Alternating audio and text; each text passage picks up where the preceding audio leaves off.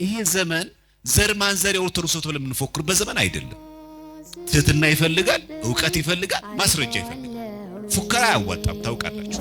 ስምሽ እኮ ያምራል ወለተ ማርያም ትባያለሽ፣ ግን ሞተሻል። ስምህ እኮ አለ ወልደ ገብርኤል ተብለሃል፣ ግን ሞተሃል። ስምም አለ ክርስቲያን የሚል ስምም አለ ዲያቆን ገሌ ቄስ ገሌ የሚል ስም እኮ አለ፣ ግን ሞተሃል።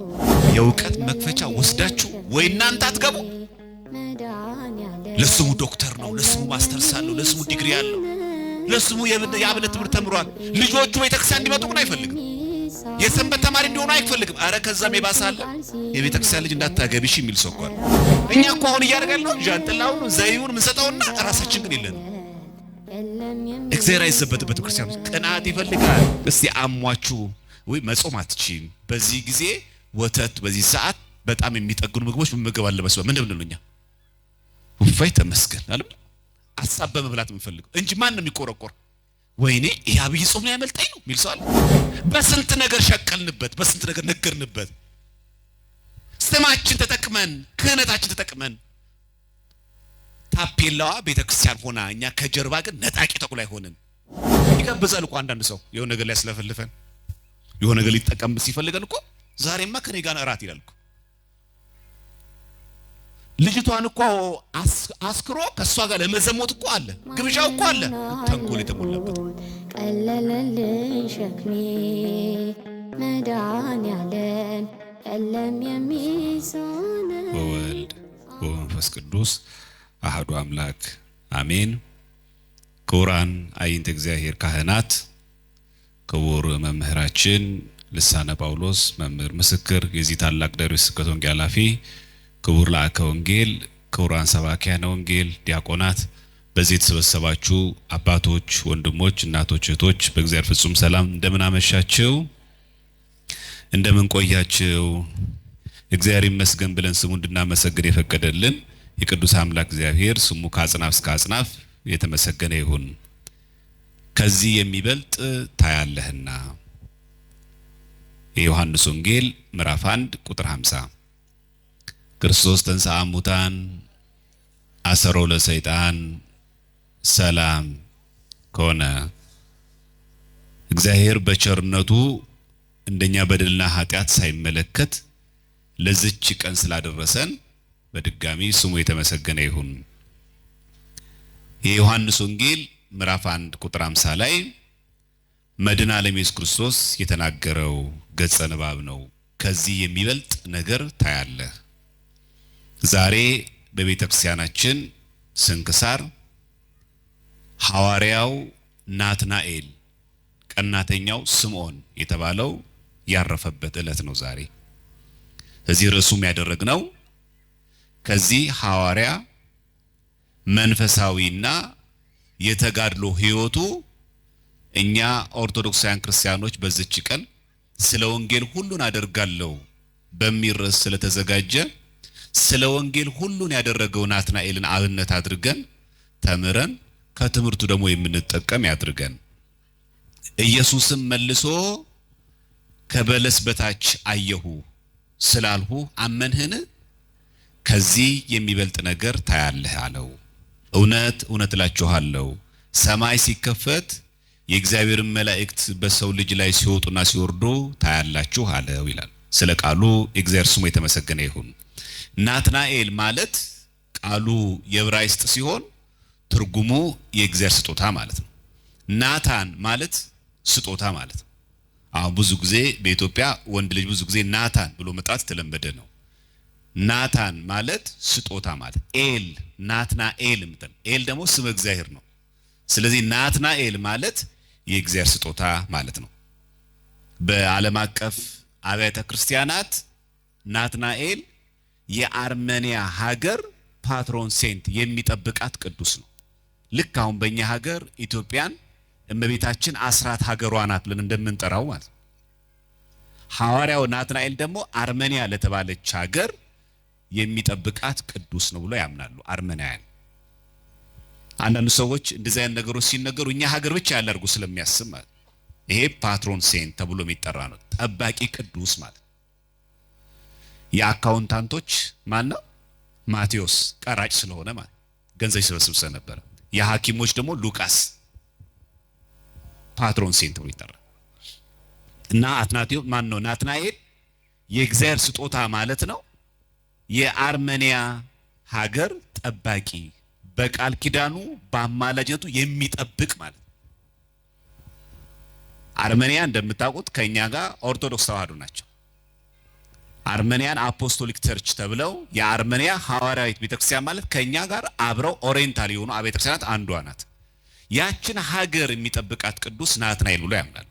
ይህ ብቻ አይደለም፣ በስሙ ቤተክርስቲያን ይታነጻል። በሐዋርያው ናትናኤል ስም ጽላት ይቀረጻል፣ ገድል ይጻፋል። ይሄ በእኛ ብቻም አይደለም። በፕሮቴስታንት ወገኖች በአንግሊካን ቸርች ሊቨርፑል ላይ ኳስ ጨዋታ አይደለም፣ ሊቨርፑል ላይ፣ ዩናይትድ ኪንግደም ላይ፣ ዩኬ ላይ የሐዋርያው ናትናኤል ቤተክርስቲያን አለ። የኛ ቤተክርስቲያን አይደለም፣ የፕሮቴስታንቶች የአንግሊካን ቸርቾች ነው። በዚህ አጋጣሚ እኔን የሚሰሙ ሌሎች ቤተ እምነቶች እናንተ በቅዱሳን ስም ለምን ቤተክርስቲያን የምታንጹት ብሎኛ ከመጠየቃቸው በፊት አንግሊካን ቸርች ለምን በናትናኤል ስም ያንጻሉ? አቹ ጥልቅ አንባቢዎች ሆነ አለብን ክርስቲያኖች። ቤተክርስቲያን መምጣታችን ካልቀረ የቤተክርስቲያናችንን ሁለንተናዊ ዕውቀት የኢትዮጵያ ኦርቶዶክስ ሊቃውንትን መተርጉማንን ያብንን ማለት በደንብ አውቆ ብሔራዊ ሊቃውንትም ዓለም አቀፍ መረጃዎችን በሚገባ መሰንተር በጣም ተገቢ ነው። ለምን ይሄ ዘመን ዘር ማንዘር የኦርቶዶክስ ተብሎ የምንፎክርበት ዘመን አይደለም። ትህትና ይፈልጋል፣ ዕውቀት ይፈልጋል፣ ማስረጃ ይፈልጋል። ፉከራ አያዋጣም፣ ታውቃላችሁ። ስለዚህ ናትናኤል በቤተክርስቲያናችን ቅዱስ ነው። ዛሬ ግንቦት 15 ያረፈበት ዕለት ነው። በረከቱ ከሁላችን ጋር ይሁን። እንዳልኳችሁ ሐዋርያው ናትናኤል እንኳን በእኛ በፕሮቴስታንት ወገኖች አንግሊካን ቸርቾች ሴንት ናትናኤል ቸርች ነው የሚለው ራሱ ቤተክርስቲያኑ ራሱ ስያሜው በናትናኤል ስም ሊቨርፑል ላይ ዩኬ ላይ የሚገኝ ቤተክርስቲያን። ናትናኤል ማን ነው? ርዕሰ ጉዳያችን ወደኛ ስናመጣው ስንክሳራችን ስትመለከቱ የዛሬውን የኦሪትና የነቢያትን መጻሕፍት የተማረ ያወቀ ተመልከቱ። ናትናኤል የእግዚአብሔር ስጦታ ነው። ዛሬ ናትናኤል የእግዚአብሔር ስጦታ ከሆነ ዛሬ ናትናኤሎች የት ነው ያላችሁት? ናቴዎች የት ነው ያላችሁት? በዛ አጋጣሚ እዚህ ውስጥ ካለ ይቅርታ፣ ዕለቱ አንስቶን ነው እንጂ ሰሎሞን ቆር አይደለም። ልክ በቤተክርስቲያናችን እንደምታውቁት ራእይ ዮሐንስ ላይ ስም አለ ሞተህማል ይለዋል። ምን ማለት ነው? ስሙ ደስ ይላል። የቤተክርስቲያኑ አስተዳዳሪ ስሙ ሚካኤል ነው። ደስ አይልም? ሚካኤል ማለት ሚኪ የሚባል ሰው እንዳለ ማለት ስም አለ በጣም ደስ ይላል፣ ግን ሞተሃል። የስም እኮ ትርጓሜ እንደ እግዚአብሔር ያለ ማን ነው? ስምማ አለ እኮ። ስምሽ እኮ ያምራል፣ ወለተ ማርያም ትባያለሽ፣ ግን ሞተሻል። ስምህ እኮ አለ ወልደ ገብርኤል ተብላል፣ ግን ሞተሃል። ስምማ አለ ክርስቲያን የሚል ስምማ አለ ዲያቆን ገሌ ቄስ ገሌ የሚል ስም እኮ አለ፣ ግን ሞተሃል። እግዚአብሔር ከዚህ ሰውረን። በሆነ ብዙ ጊዜ ስማችን መጽሐፍ ቅዱስ ላይ የቅዱሳን አበው ስም ይዘን ስማችንና ግብራችን አይገናኝም። ናትናኤል ሕይወቱን ብቻ ለምናወራው የኦሪትን የነቢያትን መጻሕፍት የተማረ ብቻ አይደለም ያወቀ ጭምር። ብዙዎች እኮ አውቀው ያልዳኑ ሰዎች አሉ። ጌታችንን በወንጌል ሲመሰክር ሉቃስ 11:52 ላይ እናንተ ሕግ አዋቂዎች አለ ፈሪሳውያንና ሰዱቃውያን የእውቀት መክፈቻ ስለወሰዳችሁ ይላል። የእውቀት መክፈቻ እኮ ይዛችኋል። ዕውቀቱ እኮ አለ። ወዮላችሁ ራሳችሁ አልመገባችሁም፣ የሚገቡትንም የራሳችሁ አልገባችሁም፣ የሚገቡትንም ከለከላችሁ። ዕውቀቱ አለ። የእውቀት መክፈቻ እኮ ነው ያላችሁ። ወሰዳችሁ እኮ ነው የሚለው። ተምራችሁታል ኦሪትና ነቢያት። ወደኔ ወደ ምድር ኢየሱስ ክርስቶስ ልትመጡ ግን አልቻላችሁም። እናንተም አትገቡም፣ ሰውም አታስገቡም። እንደዚህ አይነት ሰው የለም። የሚገርም ቤተክርስቲያን አገልጋይ፣ የሚገርም ካህን፣ የሚገርም ተጋድሎ ያለው በቤተክርስቲያን አገልግሎት ቀዳሚ የምንለው ግን ለሰዎች መሰናክል የሆነ ወይ አያገባ ወይ ሰው አያስገባ። እኛን ብለው ስንቶቹ ከሰንበት ወጡ። እኛን ብለው ስንቶቹ ከጽዋ ማህበር ተበተኑ? እኛን ብለው ከቤተክርስቲያን ስንት ሰዎች ቀሩ? ጌታችን ወየውላችሁ ይላል። አሌ ለክሙ ነው የሚለው። ወየውላችሁ ምን ለሚሉ? የእውቀት መክፈቻ ስለወሰዳችሁ። ለስሙ ዲግሪ አለ፣ ተምራን ጎበዝ ተማሪ ነህ። ምን አረክበት? የሰንበት ተማሪ ነው ያረገ? ቆራቢ ነው ያረገ? ማስተርሱን ተማርከው የቤተክርስቲያን ልጅ ነው ያረገ? ቃሉን እንድንጠብቅ ነው ያረገ? ስጋ ወደሙ እንድንቀበል ነው ያረገ? ለምን አረወልን? የእውቀት መክፈቻ ወስዳችሁ ወይ እናንተ አትገቡ? ለስሙ ዶክተር ነው፣ ለስሙ ማስተርስ አለው፣ ለስሙ ዲግሪ አለው፣ ለስሙ የአብነት ትምህርት ተምሯል። ልጆቹ ቤተክርስቲያን እንዲመጡ ግን አይፈልግም። የሰንበት ተማሪ እንዲሆኑ አይፈልግም። አረ ከዛም የባሰ አለ። የቤተክርስቲያን ልጅ እንዳታገቢሽ የሚል ሰው እኮ አለ። የእውቀት መክፈቻ የወሰዳችሁ እናንተም ማትገቡ ሰው ማታስገቡ ወየውላችሁ ይላል። እግዚአብሔር ከዚህ ይሰውረን። ናትናኤል ኦሪትና ነቢያትን አውቆ የእውቀትን መፍቻ ወስዶ ራሱን ገብቶ ሰውን ያስገባ። ስለ ወንጌል ሁሉ አድርጋለሁ ማለት ያ ነው። ገብቶ ሰው ማስገባት መቆለፍ አይደለም። ክርስትና የግል ህይወት ብቻ አይደለም፣ የጋራ ነው። ለዛ እኮ ነው በቅዳሴ ጊዜ የግል ጸሎት አጽል ማለት ነው የጋራው ይበልጣል ነው። የማን ጸሎት ኢየሱስ እንደሚደመጥ ስለማናውቅ ናትናኤል የነቢያትን የኦሪትን መጻሕፍትን የተማረ ያወቀ የእውቀት መክፈቻ ወስዶ እሱ ራሱ ወደ እውነተኛ ወንጌል የገባ ሌሎቹንም የሚያስገባ ደገኛ አገልጋይ ነው። ስለ ወንጌል ሁሉን ማድረግ ይሄን ያሰጣል። ራሳችንም እንደሰማችሁት ከዚህ የሚበልጥ ነገር ታያለ። ኦሪትን ነቢያትን በሚገባ ያወቀ በቀና መንገድ እግዚአብሔርን የሚያገለግል። በነገራችን ላይ በመጽሐፍ ቅዱስ ላይ ሐዋርያው ናትናኤል ሌላኛው ስሙ ቀናተኛው ስምዖን ይባላል። ቀናተኛ ነው። ለቤተክርስቲያን በጣም ራሱን አሳልፎ ይሰጣል። ስጋውን እየጎዳ እየጎሰመ የሚበልጥ ነገር ያደርጋል። እንዲህ ለሚያደርግ ደግሞ እግዚአብሔር አምላክ ይላል የሚበልጥ ነገር ታያለህ ይላል። ናትናኤል ደገኛ ነው። በዛ ላይ መንፈሳዊ ቅንዓት አለው። እውቀት ብቻ አይደለም ያለው ቅንዓት። አንዳንድ ሰው የተማረኩ አለ በጣም በአብነት ትምህርቱ፣ በጣም በቴዎሎጂው፣ በጣም በመጽሐፍ በሰንበት ቤት ብዙ የዘለቀ ቅንነት ግን የጎደለው ሰው አለ። ቅንዓት ግን የጎደለው ሰው አለ። የሚቀና ሰው አለ። ዛሬ ይሄ ጉባኤ እንዲሰምር የቀናችሁ ሰዎች አላችሁ። በጊዜ መተን ሰው እንዲመጣ እንዴት እናድርግ፣ እንዴት እንቀስቀስ ብለን ከመጨነቅ አንስተን ቅንዓት። ሰው ዛሬ ይህንን ተምሮ ስጋ ወደሙን እንዲቀበል ፈልጋለሁ ብሎ የሚቀና ልጆቼ አድገው የቤተክርስቲያን ልጅ መሆን አለባቸው። ጧፍ፣ ሻማ፣ ዘይት ብቻ ሳይሆን ለቤተክርስቲያን ሰውም ያስፈልጋታል። እስቲ ልጅህን ለቤተክርስቲያን ስጣው፣ ዲያቆን እንዲሆንልህ፣ ቄስ እንዲሆን። እስቲ ልጅህን ለዛ ስጪ። እግዚአብሔር ሻማ ብቻ ነው እንደሚፈልገው? እግዚአብሔር ጃንጥላ ብቻ ነው የሚፈልገው? እኛንም እኮ ይፈልገናል። እኛ እኮ አሁን እያደረግን ነው ጃንጥላውን ዘይውን ምንሰጠውና ራሳችን ግን የለንም። እግዚአብሔር አይዘበትበት ክርስቲያኖች ቅንዓት ይፈልጋል። ናትናኤል ቁስ አይደለም የሰጠው፣ ገንዘብ ወርቅ ማዕድን አይደለም የሰጠው ራሱን ነው። ቅንዓት እውቀት አለ፣ ትምህርት አለ፣ በዘናል የቤተክርስቲያን ቅንዓት። አንድ እኮ ልግመኛ የሆነ ሰው እኮ አለ። ወይ በስመ አብ እውቀቱ እኮ ግን እኮ የሚያስጠላ ልግመኛ ነው ይባል ሰው አለ። እግዚአብሔር ከዚህ ይሰውረን። በእውቀቱ ግን የሚመካ ሰው አለ። በታዋቂነቱ የሚመካ ሰው አለ። በመልኩ የሚመካ ሰው አለ። ምንም አንታበይበት አለ። በዚህ ዘመንኛ ትንሽኛ እንውጣ እንጂ ቫይራል ላይ ምንም አንኮፈስበት አለ። ናትናኤል መንፈሳዊ ቅንዓት የነበረው ሐዋርያው ቅዱስ ጳውሎስ ልክ እንዲሁ ነበር። በዚሁ በሁለተኛ ቆሮንቶስ ምዕራፍ 11 ቁጥር 27 እስከ 28 ላይ በድካምና በጥረት ብዙ ጊዜ እንቅልፍ ማጣት ድካም ነበረበት። ከእንደገናስ ጥረት። ጳውሎስ እኮ ድካም አለው፣ ጥረት አለው። ከዛስ እንቅልፍ ማጣት። የቀን ሰራተኛ እና የማታ ሰራተኛ ሌሊትና ቀን ሺፍት እየሰራ መስሏችሁ ነው? ወንጌል እኮ ነው እንቅልፍ ያሳጣል።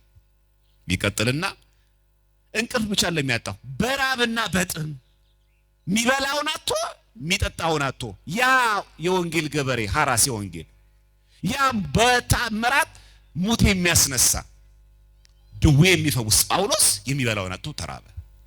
ለካም እንደዚህ ያለና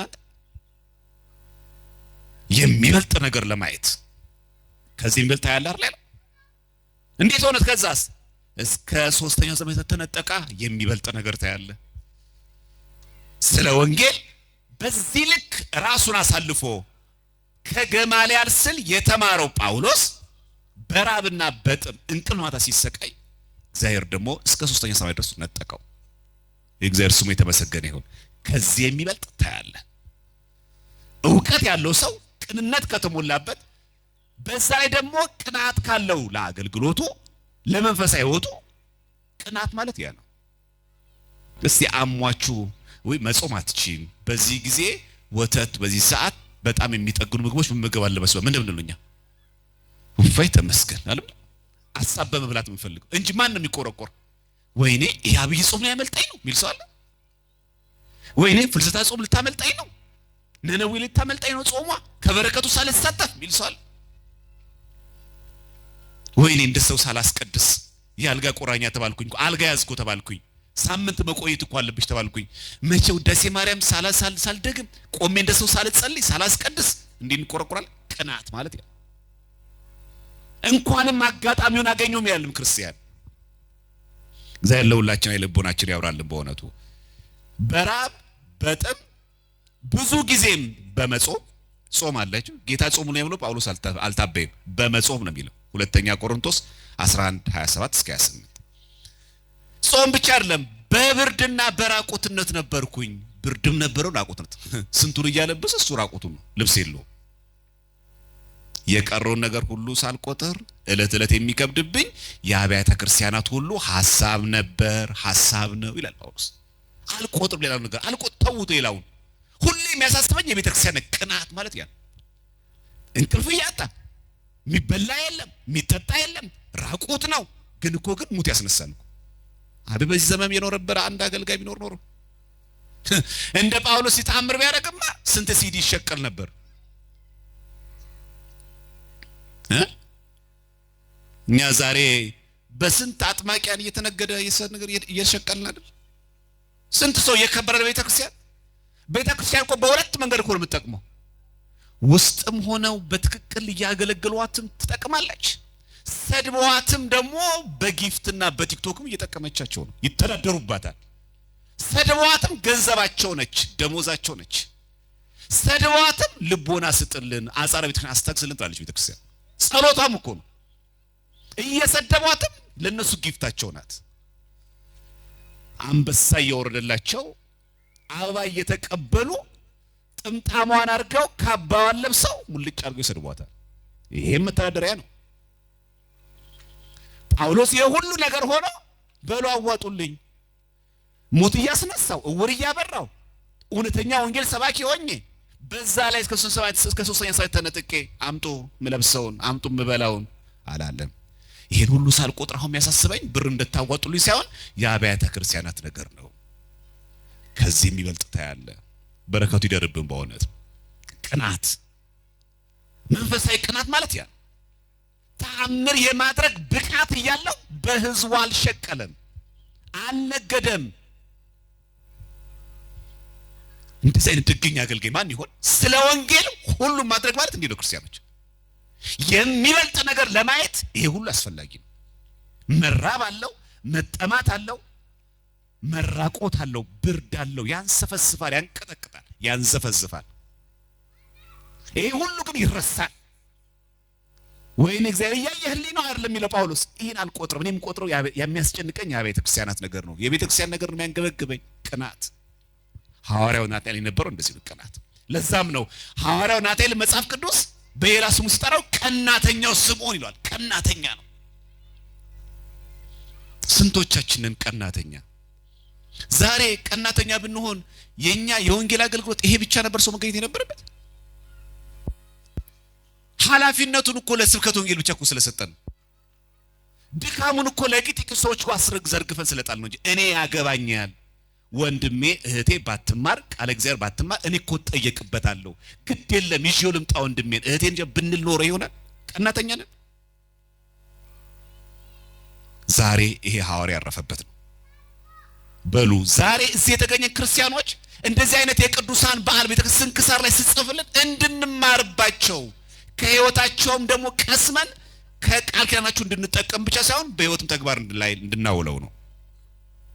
በዛ ላይ ናትናኤል የሰው ፊት አይቶ የማያዳላ በሃይማኖቱ እውነተኛ ነው። በጣም የሚገርማችሁ መጽሐፍ ቅዱስ ላይ ስለዚህ ነገር ተዘግቧል። ፊልጶስ ናትናኤልን አግኝቶ ምን አለው? ሙሴ በሕግ ነቢያትም ስለርሱ የጻፉትን የዮሴፍን ልጅ የናዝሬቱን ኢየሱስን አግኝተነዋል አለ። አሁን የሚናገረው ፊልጶስ ነው። ገና አሁን ስለ ክርስቶስ ማን እያስተዋወቀ ነው? ክርስቶስን ለማን እያስተዋወቀ? ለናትናኤል። ምን እንዳለው ስሙ። ሙሴ በሕግ ነቢያትም ስለርሱ የጻፉትን የዮሴፍን ልጅ ምን ማለት ነው?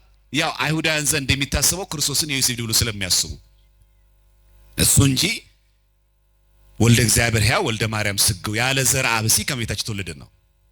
ለአምላካችን ክብር ምስጋና ይግባው። የናዝሬቱን ኢየሱስ አግኝተነዋል አለው። ናትናኤል ምን አለ?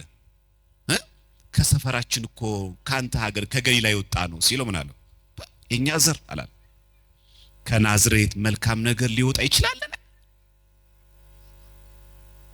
ይሄ የምናገኘው ዮሐንስ ወንጌል ምዕራፍ 1 ቁጥር 46 ላይ አላዳለም። አይታችኋል? የኛ ሰው ነው አላለ። እኛ እንደዛ እናረግ። ጎንደሬ ከጎንደሬ፣ ጎጃሜ ከጎጃሜ፣ ጎንደሬ ከጎንደሬ፣ ኦሮሞ ከኦሮሞ ጋር፣ ትግሬው ከትግሬ ጋር። እኛ እኮ አሜሪካ ሄድን እኮ አይለቀንም እኮ የበሽታ መቼስ ያ የሁላችን ምኞት እሷ ስለሆነች ብዬ ነው። ቢሄ ደረሰው ሲባል መንግስተ ሰማያት እንደገባ አድርጎ የሚቆጥር ሰው አለ እኮ። ጎንደሬ ብቻ የሚያስቀድስበት ቤተክርስቲያን፣ ጎጃሜ ብቻ የሚያስቀድስበት ቤተክርስቲያን፣ ትግሬ ብቻ የሚያስቀድስ የት ሀገር ብኔ ነው ይሄ በሽታ የሚለቀን? አያችሁ ናትናኤል ካንተ ወገን የሆነ ከናዝሬት ከገሊላ እኮ የወጣ የናዝሬቱን ኢየሱስን አገኘ ነው ሲባል የኛ ሰው ነው አላለም። ከናዝሬት መልካም ነገር ይወጣል፣ አያዳላም። ናትናኤል ዘረኛ አይደለም፣ ጎጠኛ አይደለም፣ ጎሳውን አልመረጠም። ይወጣል መልካም ነገር። ታችሁ ክሮስ ቼክ ማድረግ ትክክል ነው። እውነት ነው የምታወራው ፊልጶስ። ከናዝሬት መልካም ነገር ይወጣል ሲለው ፊልጶስ ምን አለው? ናና ዛሬ ይሄ በሽታ አልተጠናወተንም። ጽዋ ዝክሮቻችን በቅዱሳን ስም እንዘክረው የአንድ ጎሳ የአንድ ብሔር ቢመራችሁ ማውጣት እውነታው ይሄ ነው። በጣም ጥቂት ናቸው በቀይ ቅዱሳን ሲሰበሰቡ አንድ ሰፈር ያሉ ምንም ይሁኑ ኦርቶዶክሳውያን ብቻ መሆናቸው የሚሰበሰቡ አሉ። ጽዋ ዝክራችን እኮ ዛሬ እኮ በጎሳና በጎጥ ነው እኮ ምን ተጠቃቀመው ሁሉ እኮ በዛ ሆነ።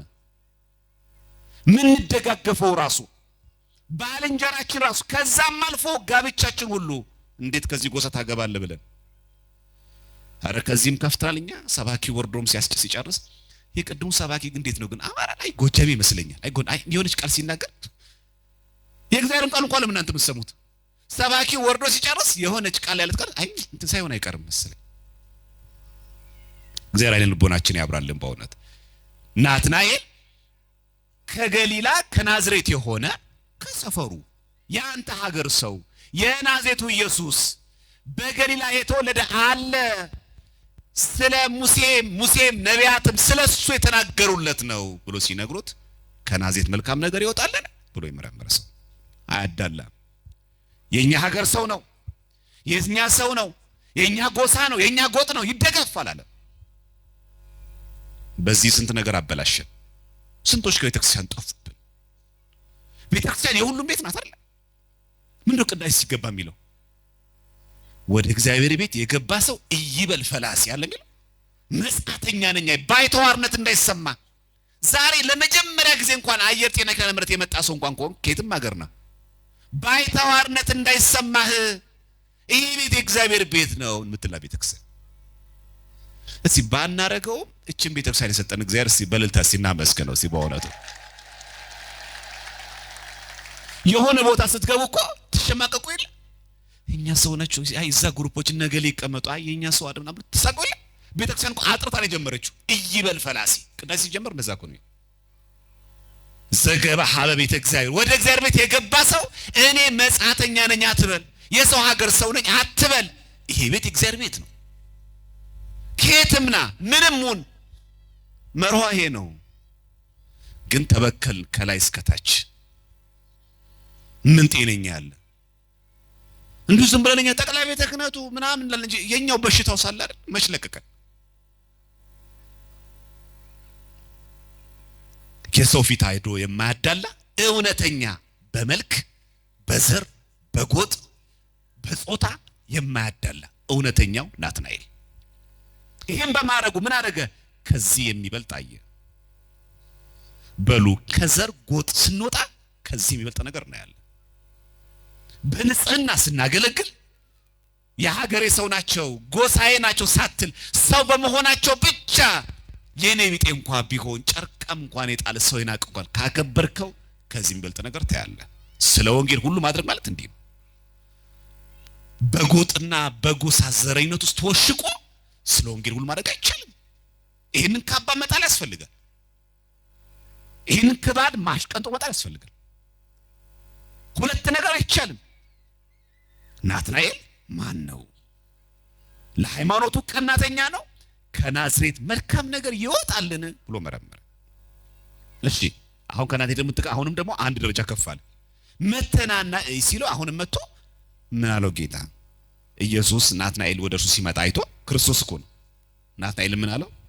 ተንኮል የሌለበት በእውነት የእስራኤል ሰው እነሆአል የሚለው እኮ ጌታ ምን አለው? ናትናኤል ቴንኪው በጣም አመሰግናለሁ አይደለም ከወዴት ታውቀኛለህ? ምስጋናው እውነት ነው ይገባኛል። ምን አይነት ሐዋርያ ነው እናንተ? መጀመሪያ ካንተ ወገን የመጣ ክርስቶስ አለ ከናዝሬት ነው ካንተ ሀገር ነው ሲባል ጎጡን ሰፈሩን ሳይ ከናዝሬት መልካም ነገር ይወጣል ብሎ ጭራሽ እየነቀፈ ይባስ ብሎ ደግሞ ራሱ ባለቤቱ ደግሞ ተንኮል የለበት ምን በእውነት የእስራኤል ሰው ሲለው ምን ብሎ ተናገረ? ጎበዝ እንኳን ልቤን አወቅከው። እኔ እኮ በነገራችን ላይ ክፋት እኮ የለብኝም። እኛ እንደዛ አለ የሆነች ነገር ሲሳካልን እኔ በነገራችን ላይ አፌ ነው እንጂ እንዳለ ራሳችን ስናጸድቀው እኮ። ናትናኤል ግን ከወዴት ታውቀኛለህ? አመስግነኸኛል፣ ተንኮል የለበት ብለኸኛል፣ የእስራኤል ሰው እነሆ ብለኸኛል። የመሰከረው እኮ በሰው ፊት ነው። ያው መስካዩ ደግሞ ሐሰት የሌለበት መድኃኒተ ኢየሱስ ክርስቶስ ምን እንከን አለበት? ከወዴት ታውቀኛለህ? ዛሬ ምስጋና ያመነፈቀን ሰዎች የለንም? ጭብጨባው ያጠፋን ሰዎች የለንም? ትንሽ ስንደነቅ ትንሽ ስንመሰገን እኛ ነን እኮ በነገራችን ላይ አሁን መተን ቤተክርስቲያንን ከዚህ ጉድ ያወጣን ምን ሰዎች አለ። እኛ ነን በቲክቶክ ምናወጣት ቤተክርስቲያንን። እኛ ባንኖርም እኛ ሳንመጣ ቤተክርስቲያን አለች፣ ወደፊትም ትኖራለች። እኔ እኮ ነኝ ይሄንን ጽዋ ማህበር ያቆ አትበል የሚያቆም መድኃኒዓለም ነው። እኔ እኮ ነኝ የሰንበት ቤት እኮ አትበል። እኔ እኮ ነኝ የስብከተ ወንጌል አትበል። ህዝቡን ቀጥ አድርጎ የሚያቆም መድኃኒዓለም ብቻ ነው። ኃይል ሁሉ የማን ነው? እግዚአብሔር። የሚመካ በማን ይመካ ነው የሚለው? በእግዚአብሔር ይመካ። ይሄን ማወቅ አለብን ክርስቲያኖች። ከወዴት ታውቀኛል? ምስጋና ሲመጣለት ወዲያው ያልተቀበለ የመረመረ። እስቲ እንደዚህ እናርግ። ድምጻችን ሲያደንቁት፣ ትምህርታችን ሲደነቅ፣ ዝማሪያችን ሲደነቅ፣ ቅዳሴያችን ሲመሰገን አንተ ጥሩ ቀዳሽ ነው ስንባል አንታበይ። ያው እኮ የመሰከረልን ሰው ነው፣ ነገ እኮ ያማናል። ይሄ እኮ መስካሪው ባለቤቱ ክርስቶስ ነው። በሱ ዘንድ ደግሞ ሐሰት የለም፣ ሽንገላ የለበትም። ነው ለሞራልህ ብዬ ነው የለም። እግዚአብሔር ዘንድ ምንድን ያለው ቃል በቃል ተንኮል የሌለበት እኮ ነው ያለው። ተንኮል የሌለበት በእውነት ነው ያለው የእስራኤል ሰው እነሆአል። ይሄን እያመሰገነው ከወዴት ታውቀኛለህ? መመርመር። ዝም ብላችሁ ምስጋና አትዋጧችሁ፣ ውዳሴ ከንቱ እንዳያጠፋን። ሔዋንን ያሳሳተ ውዳሴ ከንቱ አይደል? ማን የማይጠራው አለ ውዳሴ ከንቱ? በስማም አንቺ እኮ በነገራችን ሰንበት ቤት እኮ በተለይ መዝሙር ክፍል እኮ ቀጥ አድርገሽ ነው ያልሽው ስንባል ትዕቢታችን። አንተ እኮ እናንተ እኮ እዚህ የምታገለግሉ ስንባል ትዕቢታችን። ያውም እኮ አመስጋኙ ሰው ነው። በኋላ ሄደን እኮ ሊያማን ይችላል። ተንኮል የሌለበት። በእርግጥ ጌታችንም እንደዛው ነው። ብርሃነ ዓለም ቅዱስ ጳውሎስ ሲመሰክር ዕብራውያን 7:26 ላይ እንዲህ ይለናል፣ ቅዱስና ያለ ተንኮል ነውርም የሌለበት ከኃጢአተኞች የተለየ ከሰማያትም ከፍ ከፍ ያለ እንደዚህ ያለ ሊቀ ካህናት ይገባናልና። ሄዳችሁ ቅዱስና ምን ያለ ተንኮል። ስለዚህ ክርስቶስ ያለ ተንኮል እውነተኛ አምላክ ቅዱስ ነው፣ ነውር ኃጢአት የለበትም። ስለዚህ እኛስ ቅዱሳን ነውር የለብን እንዲሁም ደግሞ ኃጢአተኞች ያልሆንን ቅዱሳን እንደሆነ እግዚአብሔር አምላክ ይፈልጋል። ለምን መስላችኋል? በቅዳሴ ጊዜ እግዚኦታ ከመባሉ በፊት ካህኑ እንደሚለው ቅዱሳት ለቅዱሳን ምን ማለት ነው? ይህ ቅዱስ ሥጋው ደሙ ቅዱስ ለሆኑ ሰዎች ነው ይላል። እኛ ደግሞ ቅዱሳን አለ የፈለግ ንስሐስ ብንገባ። በነገራችን ላይ ንጹህ መሆንና ቅዱስ መሆን ይለያያል።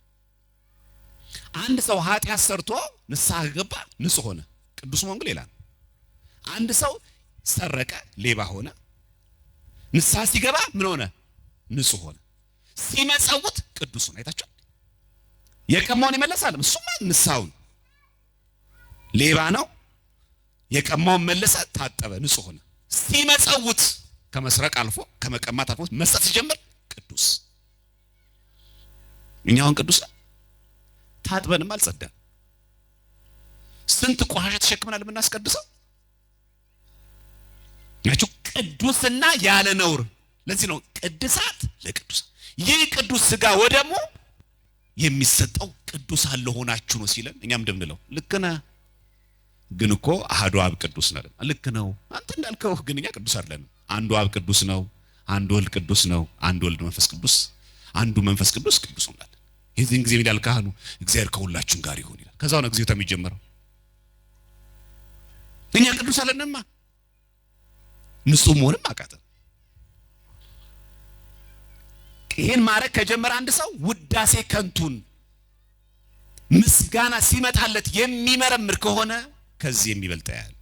ከዚህ የሚበልጥ ያያለህ ማለት ያ ሐዋርያው ቅዱስ ጴጥሮስም ለኛ ሲመክረን አንደኛ ጴጥሮስ ምዕራፍ 2 ቁጥር 2 ላይ ጌታ ቸር መሆኑን ቀምሳችሁ እንደሆነ አለ ለመዳን በርሱ እንድታድጉ ምን ለመሆን ለመዳን።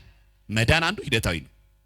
ድነናል፣ እየዳንን ነው፣ እንድናለን ነው የኛ ኦርቶዶክሳውያን የቤተ ክርስቲያን የነገርነት ትምህርታችን። ለመዳን በርሱ እንድታድጉ አሁን እንደተወለዱ ሕፃናት ተንኮል የሌለበትን የቃሉን ወተት ተመኙ። ምን የሌለበትን? ተንኮል የሌለበትን የቃሉን ወተት ተመኙ። አቹ ቃሉ ምን የሌለበትን ተንኮል አለ እኮ። በጣም የተቀደሰ የሚመስል እኮ አለ። ይጋብዛል እኮ አንዳንድ ሰው የሆነ ነገር ላይ ያስለፈልፈን የሆነ ነገር ሊጠቀም ሲፈልገን እኮ ዛሬማ ከኔ ጋር እራት ይላል እኮ። ልጅቷን እኮ አስክሮ ከሷ ጋር ለመዘሞት እኮ አለ፣ ግብዣው እኮ አለ፣ ግን ተንኮል የተሞላበት። የእግዚአብሔር ቃል ግን እንደዛ አይደለም። ተንኮል የሌለበትን የቃሉን ወተት ተመኙ። ከተንኮል ነፃ ሆነ ያስፈልጋል። ቃሉ መመኘት ተገቢ ነው፣ ግን ተንኮል የሌለበት ነው። ሌላ ሸፍጥ የለበትም ከጀርባው፣ ሌላ ሴራ የለበትም ከጀርባው። አንዱ መንገድ መዳንና ማዳን ብቻ። ለጢሞቴዎስም ሲመክረው ሁለተኛ ጢሞቴዎስ 2:15 ላይ የእውነትን ቃል በቅንነት የሚናገር የማያሳፍርም ሰራተኛ ሆነ ይላል። የተፈተነውን ራስህን ለእግዚአብሔር ልታቀርብ ትጋ። ይሄን ጢሞቴዎስን የመከረው ጳውሎስ ምን ብሎ?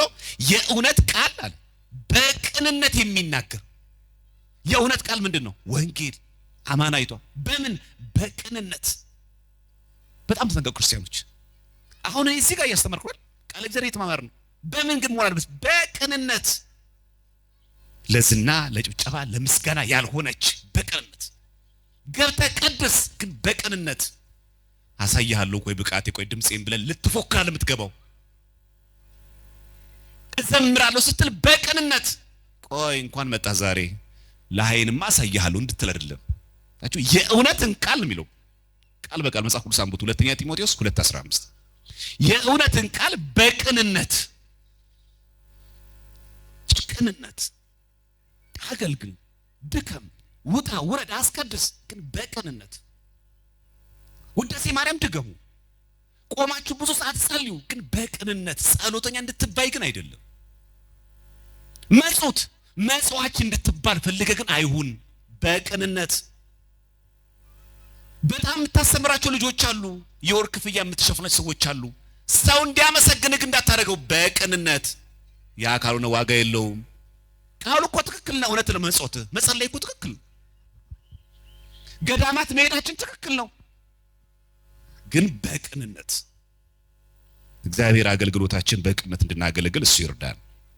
የእውነትን ቃል በቅንነት ከዛስ የሚናገር ካልባል ማለት የማያሳፍር ሰራተኛ ሆነ። የሚያሳፍር ሰራተኛ አለ። ጳውሎስ ለጢሞቴዎስ እንደዚህ የሚለው የእውነትን ቃል በቅንነት ካለ በኋላ ምን ሆነ? የማያሳፍር ሰራተኛ ሁንልኝ አደራህን። የጳውሎስ ደቀ መዝሙር ተብዬ እንዳላፍርብህ የማያሳፍር ሰራተኛ ሁንልኝ። እኛ እናሳፍርም? እኛ እናሳፍርማ? ለኳስ ጨዋታ ፊት ለፊት ላይ ለመያዝ ምን ሮራው ሰዎች፣ ለወንጌል ጥቅስ ምን ፈልግ ሰዎች ላይ ከኋላ ወደ ፊልም ለቀበቅ ደሞ እዚህ መተን ደሞ እየዘመርን እየሰበክን ደሞ ሸሚዛችን አራግበን ደሞ ወያለው ዝም ብለን እንጨፍራለን። አሁን እኛ አናሳፍርም? እግዚአብሔር ሰው መገኘት የማይገባው ክርስቲያን መገኘት የማይገባው አልተገኘንም። አችሁ የእውነትን ቃል በቅንነት የማያሳፍር ሰራተኛ ሆነ። ስንቶቻችን ኦርቶዶክስነትን አሰደብን?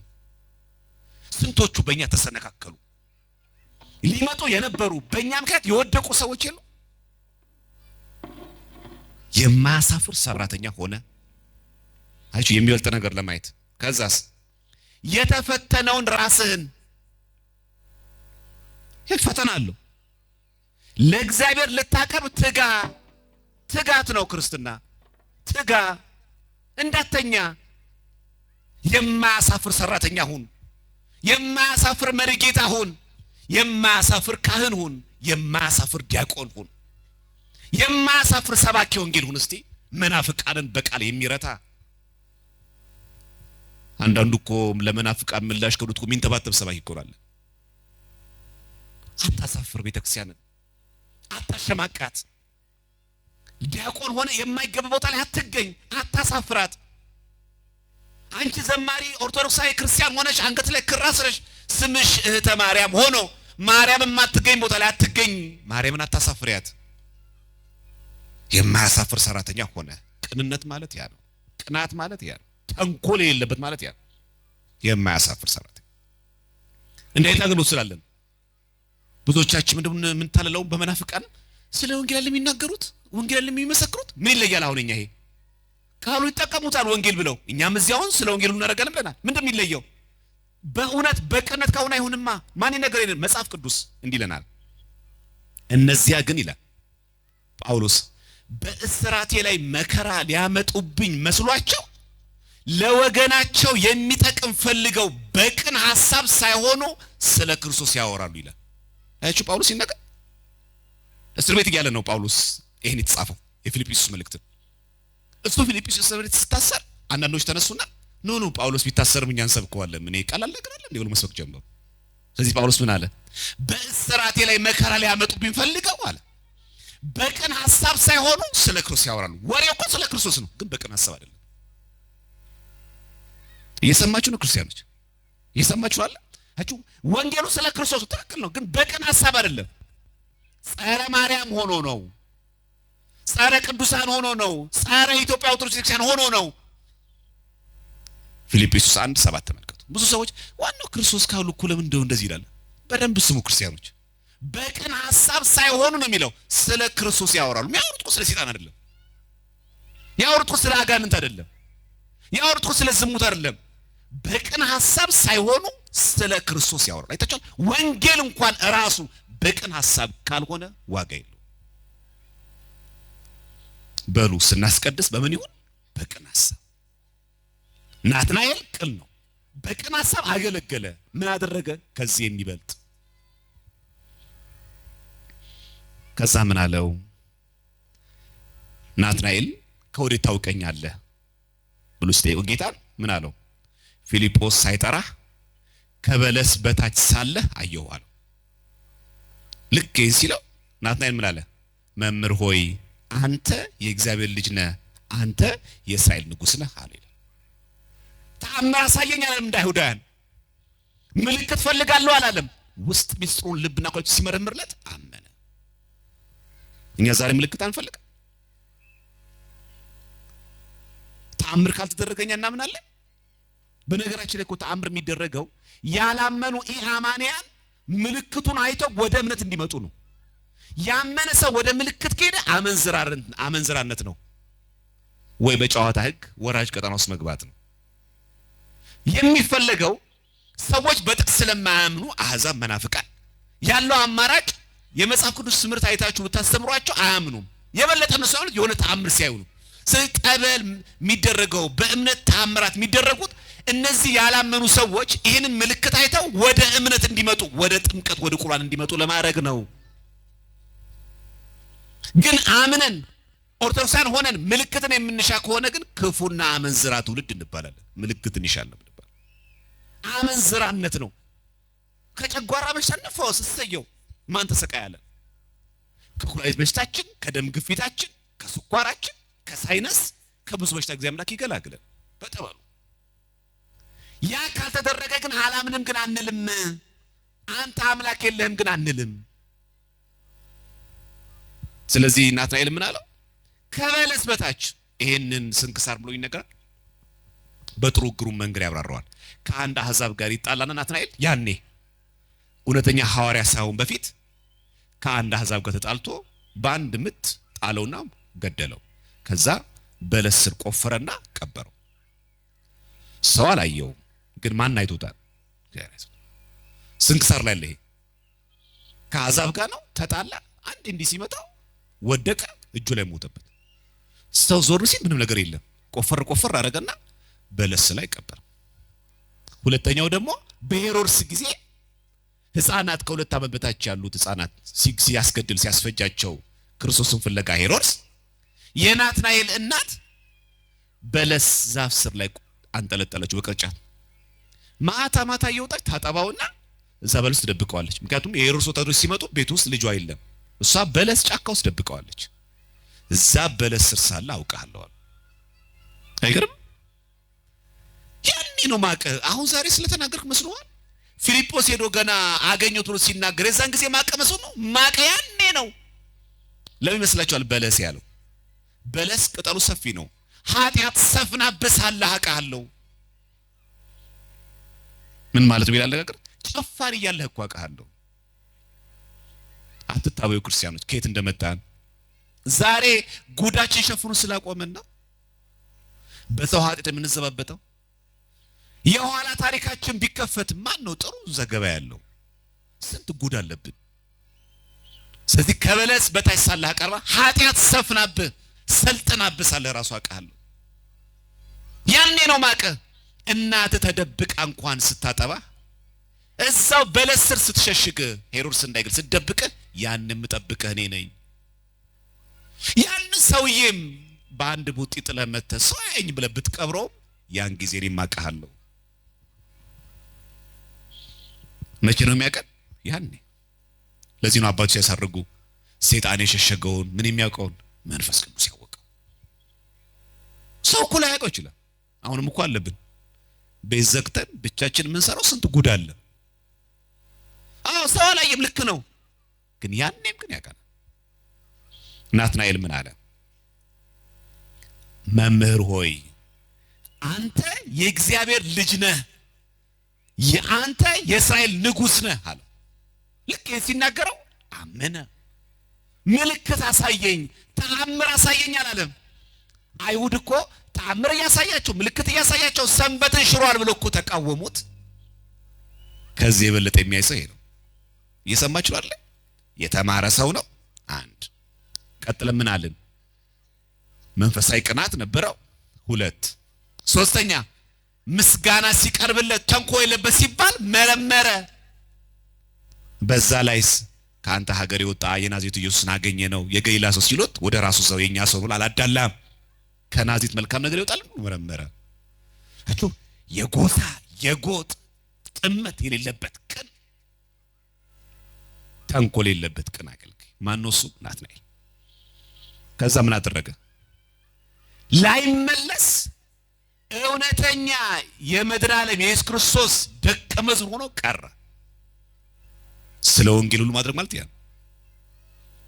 ተማረ፣ ብሉይና ኦሪትን ቅንነት አለበት። ከናዝሬት የመጣ ነው ሲባል ከኛ ሰው አለ ግን መልካም ሰው ብሎ መረመረ። ከእንደገናስ መቶ ራሱ ከበለስ ስር አውቃለሁ ሲለው ምን አሁን የኛ ሀገር ሰው ስለሆንኩ ምናምን የሰፈሬ ልጅ ስለሆንኩ አላለም። እኛ እኮ አወኩሽ ናኩሽ ነው። አሁን ለምን መስላችኋል ሰባኪያን ወንጌል እየተጠሩ ሲመጡት? አሁን እዚህ ያሉ ሰባኪያን አንሰው ነው። ነብይ በሀገሩ አይከበርማ። ናትናኤል ግን አልናቀም። ምን እንደዚህ ታወራለህ እንዴ? በሰው ፊት ታዋርደኛለህ እንዴ? ከበለስ ስር አውቃለሁ ብለህ ምን ማለት ነው? ደግሞ የገሊላ ሰው ሆነኝ ትናገረኛለህ አላለም። አንተ መምህር ሆይ የእግዚአብሔር ልጅ ነህ፣ አንተ የእስራኤል ንጉስ ነህ። እኛ ምናምነው እንደዚህ ነው። ክርስቶስ የማን ልጅ ነው? የእግዚአብሔር ልጅ ወልደ እግዚአብሔር ሕያው። አንተ የአይሁድ ንጉስ ነህ፣ ንጉስ አይሁድ ነህ። ይህን ሲለው ጌታ ምን አለው? ይህን ስላልኩ አመንክ ነህ አለው። ከዚህ የበለጠ ነገር ገና ታያለህ። ምን ያለ ነገር? ከዚህ የበለጠ ምንድነው? ያ ከዚህ የበለጠ ነገር ቅድም እንደነገርኳችሁ እውነቱን እተላችኋለሁ። ሰማያት ሲከፈቱ፣ አሁን ሰማይ እኮ የሚከፈት የሚዘጋ ሆኖ አይደለም። ልክ የተከፈተ በር ሲከፈት ከውስጥ ያለው ዕቃ ንብረት እንደሚታይ ሁሉ ሚስጥር ተገለጠ ማለት ነው። የሰው ልጅ የእግዚአብሔር መላእክትም በሰው ልጅ ላይ ሲወጡና ሲወርዱ ታያላችሁ። ሲወርዱ ማለት አምላክ ሰው ሆነ፣ ሲወጡ ማለት ሰው አምላክ ሆነ። እርገቱንና ርደቱን ይናገራሉ። ባለፈው እርገቷን ላይ ያከበር ነው።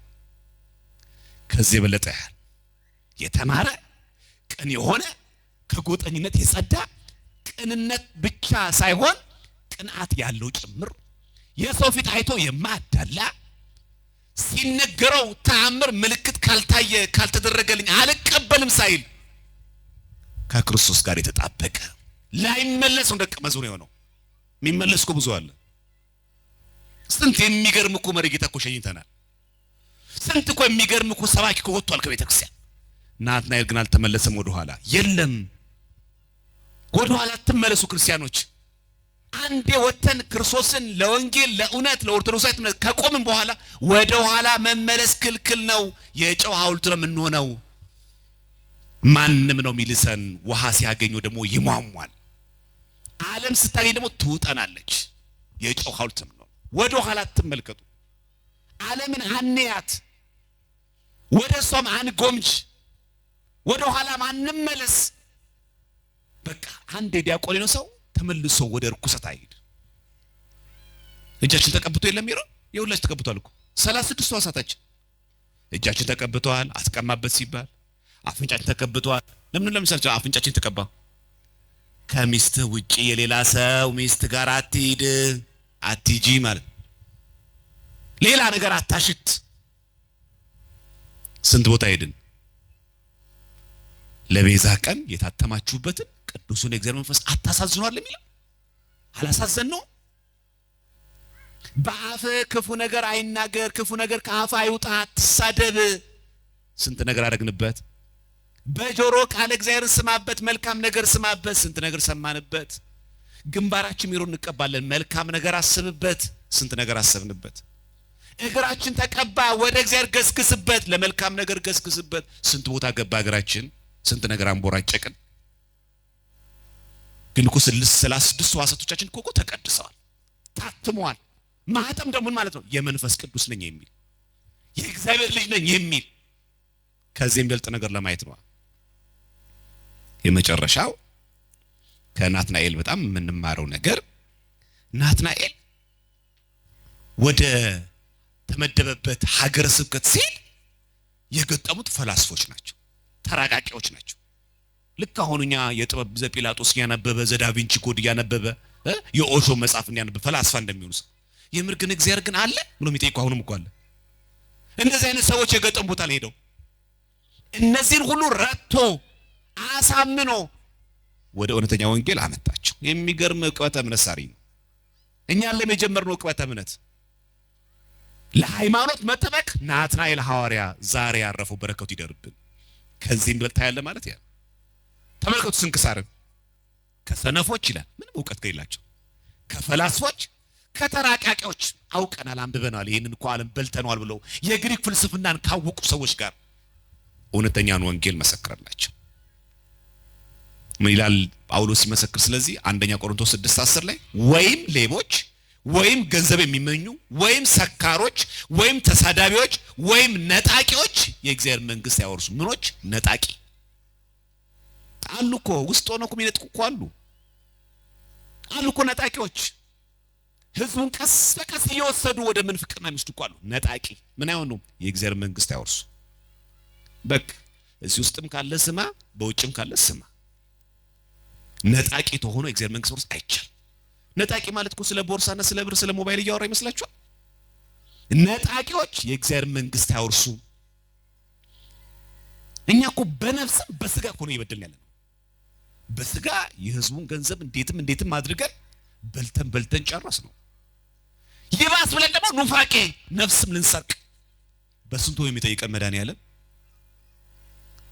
ገንዘቡንም ንብረቱንም ሰውነቱንም አሳጥተን አራቁተን ነፍሱንም ጭምር ደግሞ ወስደው ወደ ምንፍቅና ነው ወስደው ደግሞ ጭራሽ አረ ይቅር ይበለን መድኃኒዓለም። በእውነት በስንት ነገር ሸቀልንበት፣ በስንት ነገር ነገርንበት።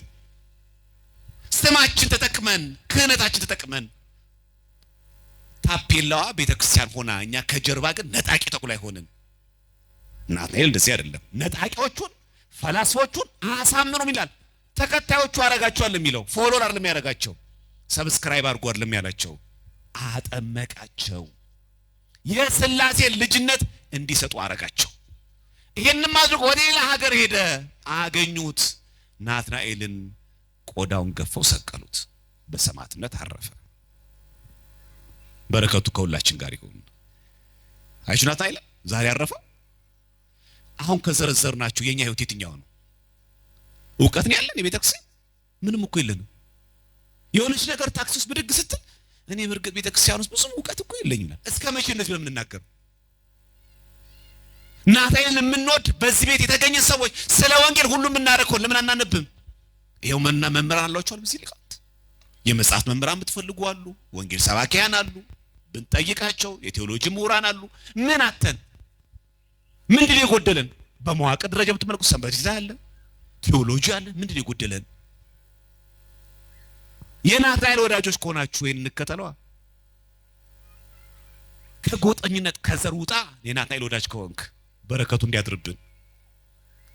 ምስጋና ሲመጣል ወዲያው አትቀበለው፣ መርምረው። በቅንነት አገልግላቸው ስለ ክርስቶስ ያወራሉ። በምን? በቅን ሐሳብ ሳይሆኑ እኮ ነው የሚለው።